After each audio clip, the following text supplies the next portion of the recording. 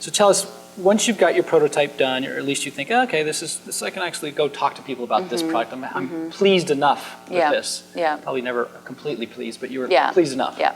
Yeah. That's a good point. I'm never totally pleased. Yeah, never pleased. Yeah, exactly. So tell us that time period, what was the thing that kept you going? Because you're not making any money off of it. Yeah. You're making money on the side to fund. Other than ignorance? Yeah, I mean, I guess, yeah, exactly. You're at least getting a little smarter, but that's probably the only thing that's happened. Yeah. What was one of the things you're like, this was pretty challenging in this time period of 4 years? Was it your relationship with your husband? I mean, what was it?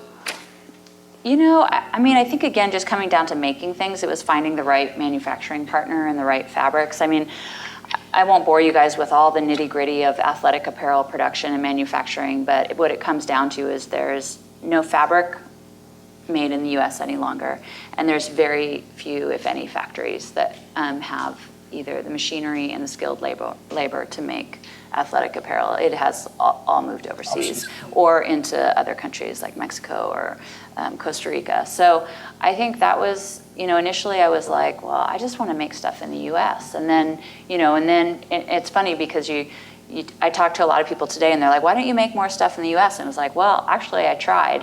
And we even have some factories in LA that just make t-shirts and et cetera. But that was one of the big challenges, or just learning lessons of like, you know, just, you know, supply chain and manufacturing and how to do it overseas. And, you know, I ended up making my first shorts in Costa Rica, which was awesome.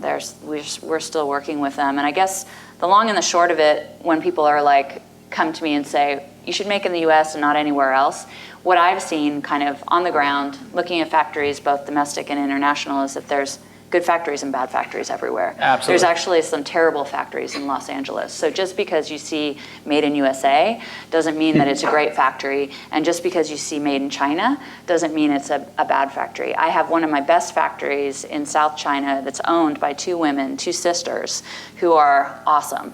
And I've been working with them since 2008. And so I love like that kind of woman up story can happen in a lot of levels of the business. I mean, obviously my staff that works here in Seattle is mostly women, but you know, you could be working with a women-owned factory anywhere in the world. And